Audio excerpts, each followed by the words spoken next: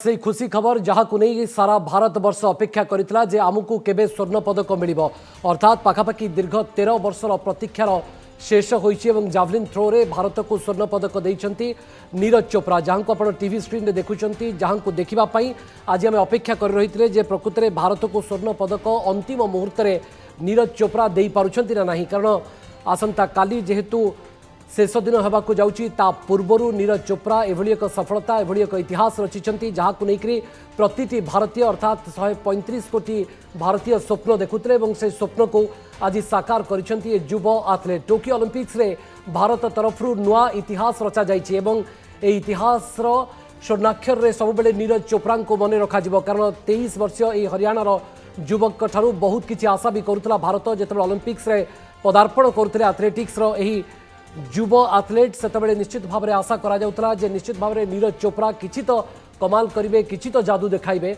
एवं शेषे से ही हला एक्सपेक्टेशन बा बहुत बहुत आशा थिला नीरज चोप्रा निश्चित भाव में किछि ना किछि भारत पई पदक आनिबे एवं तांकठारु स्वर्ण पदक मध्य आशा करा जाउतला जदियो same time I think he has done a fantastic job let me congratulate Neeraj Chopra on behalf of 135 crore Indians. He has brought this medal not only for India, but I think it's a great hope for the upcoming generations to inspire a lot of young people to play sport and to win more medals in future. And sir, the way India win medals for the first time, do you think that the hard work has actually paid off? See, the world was facing the COVID-19 pandemic. It wasn't easy for any athlete, any association, or for the government also to prepare for such events. Despite that, the government of India tried its best to send them overseas also to train and provide all kind of facilities. And I'm glad the highest ever medals India has won. At the same time, 128 athletes. This was the largest contingent for India who ever participated in the Olympics. Sir, after the Rio Rebel, Indian government came up with a top scheme. Do you believe that has actually made a massive difference? And this is just the start, and by 2024 and 2024, we will have double-digit medal tally.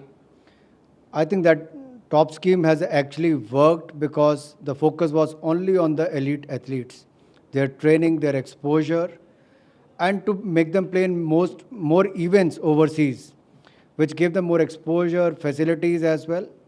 And especially during the COVID-19 pandemic, when most of the athletes were supposed to train overseas, Indian government tried their best to provide all the facilities under the top scheme. And I'm glad finally the players have to perform on the ground. The athletes has done a fantastic job. Many have missed by a very close margin, but despite that, they won the heart of 135 crore Indians. So in Hindi, if you do, इतने सालों बाद almost एक century बाद हमारे पास track and field में एक medal और वो भी गोल्ड। ओलंपिक इतिहास में आज भारत ने पहली बार ये इतिहास बनाया जहां एक और नीरज चोपड़ा ने शानदार प्रदर्शन करके स्वर्ण पदक जीता है।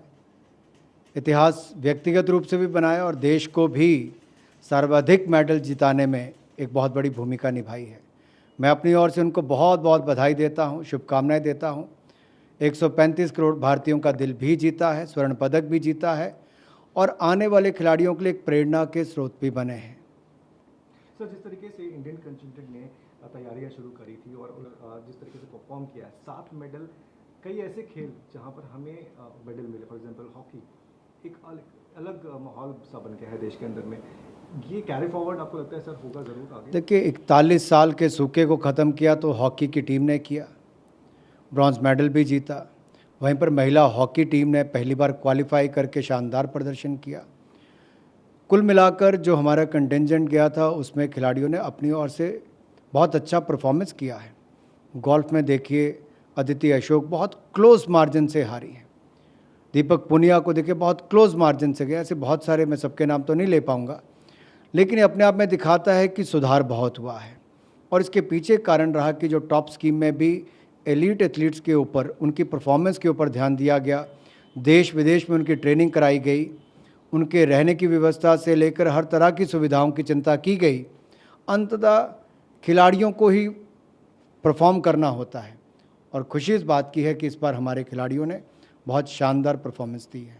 Sir, prime minister Narendra Modi हर बार बोले जा रहे हैं कि हर दिशा से सुपर पावर बनना होता है, not just economic, financial, but sporting power house भी बनना पड़ेगा, और उसके वजह से हर बार हम देख रहे हैं कि वो सबको phone देखिए, भी करते हैं। खेलों में हमें अभी भी बहुत कुछ करना है, बहुत आगे जाना है, अभी तो शुरुआत है। और मैं तो कहूँगा शुरुआत अच्छी है, क्योंकि मात्र 4-5 साल पहले टॉप स्कीम की शुरुआत हुई, जिससे एलीट एथलीट्स को वो सुविधाएं देने का प्रयास किया गया। आगे और इसमें संभावनाओं को बढ़ाया जाएगा। तो निश्चित तौर पर अगर आप देखें 1983 में वर्ल्ड कप जब पहली बार जीते, कपिल देव उसके कैप्टन थे, तो उससे पहले शायद ही कोई सोचता होगा भारत विश्व कप जीत सकता है। लेकिन उसके बाद उम्मीदें भी बढ़ती गई, बीसीसीआई ने भी अच्छा काम किया, नीचे से खिलाड़ी भी लगातार आते गए। इवेंट्स जितने ज़्यादा होंगे, लोकल भी और ग्लोबल इवेंट्स में पार्टिसिपेशन जितनी ज़्यादा होगी, उसका लाभ मिलेगा। और मुझे लगता है शुरुआत अच्छी हुई है। आने वाले 2024 और 2028 की ओलंपिक्स के लिए एक रणनीति के तहत हम उतरेंगे, ताकि भविष्य में और मेडल जीत सकें।